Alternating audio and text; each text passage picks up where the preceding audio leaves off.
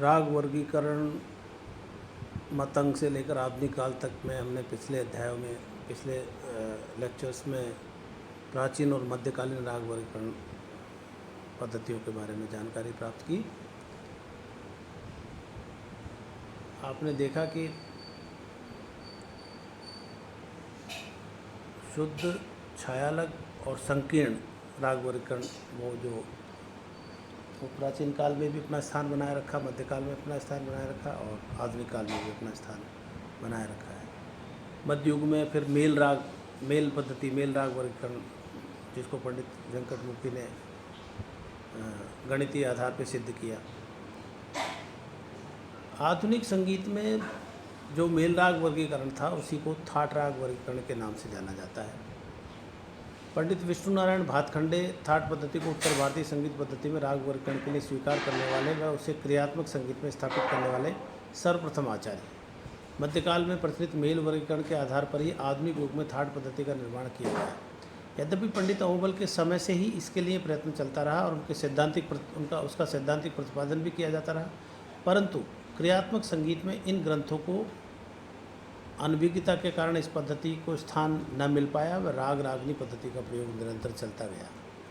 यदि ध्यानपूर्वक विचार किया जाए तो ये स्पष्ट होता है कि थाट पद्धति की कल्पना प्राचीन नहीं है, अपितु मध्यकाल में ही सर्वप्रथम इस विषय पर विचार किया गया है।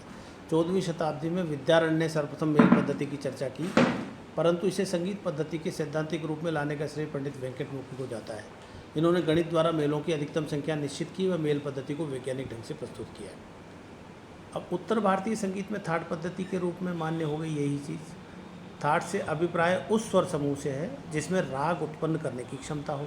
एक समूह में शुद्ध विकृत स्वर मिलाकर कुल 12 स्वर होते हैं। इन 12 स्वरों में से ही 7 स्वर लेकर उनसे थाट बनाए जाते हैं। थाट राग वर्गीकरण को सुचारू रूप से चलाने के लिए भातखंडे जी ने इस पद्धति के लिए कुछ नियम निर्धारित किए, जो निम्न है।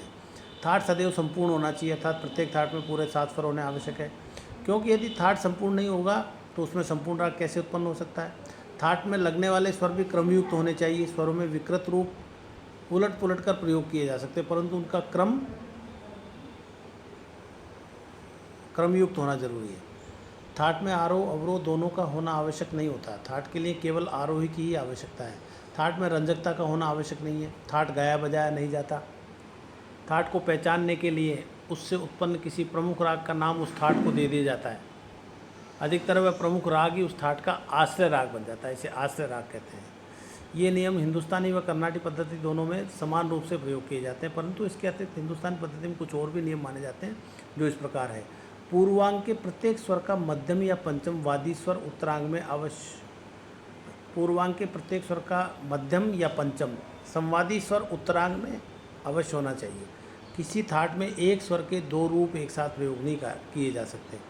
उत्तर भारतीय संगीत में मेल या थाट में से किसी स्वर के 2 रूप एक साथ लेना वर्जित है। दक्षिण में ऐसा नहीं है। दक्षिण भारतीय संगीत में मेलों की संख्या गणित द्वारा बेहतर निर्धारित की है, जबकि हिंदुस्तानी संगीत में मेलों की संख्या अधिकतम 32 हो सकती है। एक स्थान में 12 स्वर सा रे रे ग ग म प ध ध नि नी सा। इन स्वरों में यदि तीव्र मध्यम हटाकर तार सा जोड़ दिया जाए तो ये सारे स्वर सा रे रे ग म प ध ध नी नी सा, ये स्वर हमारे सामने आता है। अब इसे 2 भागों में व्यक्त करने से प्रत्येक भाग में 6 स्वर आएंगे। पूर्व मेलार्ध सा रे रे ग ग म, उत्तर मेलार्ध प ध ध नी सा। ये आप इस PDF से देख करके आराम से समझ सकते हैं, इसमें कोई मुश्किल नहीं है। इस प्रकार मेलार्ध व उत्तर मेलार्ध को क्रमशः बारी बारी जोड़ने पर 4 × 4 बराबर 16 थाट बनते हैं। इन थाटों में शुद्ध मध्यम का प्रयोग किया गया। इसी प्रकार अब तीव्र मध्यम को पुनः रखें तो 4 × 4 बराबर 16, यानी कि कुल 32 थाटों की उत्पत्ति हमारे उत्तर भारतीय संगीत में पंडित भातखंडे जी ने बताई है। भातखंडे जी ने वेंकटमुखी के 72 मेलों से पहले उन 40 मेलों को अलग किया जिनमें एक स्वर के 2 रूप थे। शेष बचे 32 मेलों में नियम के अनुसार उन मेलों का निराकरण किया जिनमें न कोई स्वर संवादहीन था। उन 20 मेलों को हटाने पर 12 मेल शेष रह जाते हैं। उन 12 मेलों में से 2 मेल ऐसे जिनमें हिंदुस्तानी पद्धति के एक नियमानुसार तीव्र मध्यम के साथ शुद्ध निषाद का प्रयोग नहीं होता, अथवा म नी के साथ कोमल ऋषभ अथवा तीव्र गंधार नहीं आता। अतः इन 2 मेलों का भी निराकरण कर दिया। इस प्रकार इन 2 मेलों को निकालने के बाद शेष वही 10 मेल रह जाते हैं जो आज हिंदुस्तानी संगीत में 10 थाटों के रूप में मान्य हैं। इन्हीं 10 मेलों के नामों में कुछ परिवर्तन करके भातखंडे जी ने हिंदुस्तानी संगीत में प्रस्तुत किया। भातखंडे जी द्वारा बताए गए इन मेलों को संवाद की दृष्टि से देखा जाए तो उसके भी 3 वर्ग बनाए जा सकते हैं। पंचम संवादी थाट, मध्यम संवादी थाट, पंचम मध्यम संवादी अथवा मिश्र संवादी थाट। पंचम संवादी थाट में पूर्वांग के प्रत्येक स्वर का उत्तरांग के किसी स्वर के साथ सीधा पंचम संवादी होता है। इस वर्ग में बिलावल, काफ़ी, भैरव तथा भैरवी आते हैं। मध्यम संवादी थाटों में पूर्वांग के प्रत्येक स्वर का उत्तरांग के स्वर के साथ मध्यम संवादी होता है। इस वर्ग में खमाज व आसावरी आते हैं। मिश्र संवादी थाटों में पूर्वांग के प्रत्येक स्वर का उत्तरांग के स्वर के साथ किसी के साथ पंचम तथा किसी के साथ मध्यम संवादी होता है। इस वर्ग में तोड़ी, पूर्वी, मारवा, यमन आते हैं। अब थाट पद्धति के कई अपवाद भी है, कई सीमाएं भी है। ओंकारनाथ ठाकुर के अनुसार थाट की व्यवस्था तो वीणा के लिए की गई थी। राग वादन के सौंदर्य के लिए राग की स्वरावली के अनुसार पर्दों को खिसकाने की जो क्रिया की जाती है उसे भी थाट मिलाना कहते हैं। वादन विधि के प्रसंग में इस शब्द का केवल एक स्थूल स्वरावली से तात्पर्य था, किंतु राग वर्गीकरण में इसके साथ जनक जन्य भाव का अर्थ भी संबद्ध हो गया है। यद्यपि इसका स्वरूप स्थूल स्वरावली विशेष ही बना रहा।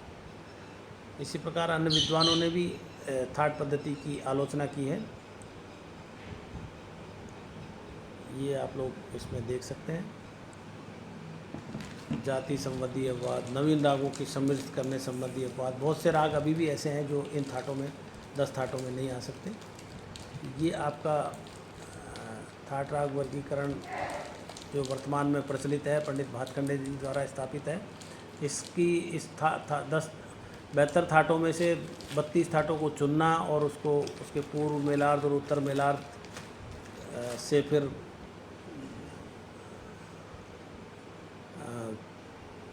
32 थाट तीव्र मध्यम और शुद्ध मध्यम के साथ 32 थाटों का निर्माण, ये थोड़ा गणितीय क्रिया है। आप लोग सावधानी पूर्वक इसका अध्ययन करके, और अगले अध्याय में हम रागांग राग वर्गीकरण के बारे में चर्चा करेंगे। नमस्कार।